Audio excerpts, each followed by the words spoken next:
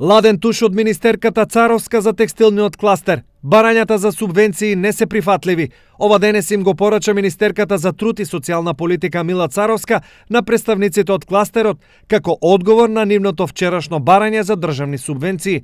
Наместо субвенции, министерката ги потсети текстилците на мерката за субвенционирање на сите плати меѓу 12.000 и 18.000 денари, кои текстилниот кластер ги прифатил. Плати исплаќаат и исплатија минимална плата без да ги користат субвенциите. Сметам дека она што тие го бараат е неприфатливо за владата, затоа што бараат да се анулираат придонесите во фондот, рече Царовска.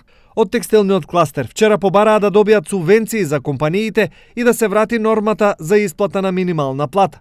Ние она што го бараме цело време, различен пристап, на кој начин ќе се тоа формулира, како ќе се изведе, меѓутоа за трудоинтензивните гранки да се ослободат дел од придонесите и да се пренасочат во джебовите на работниците.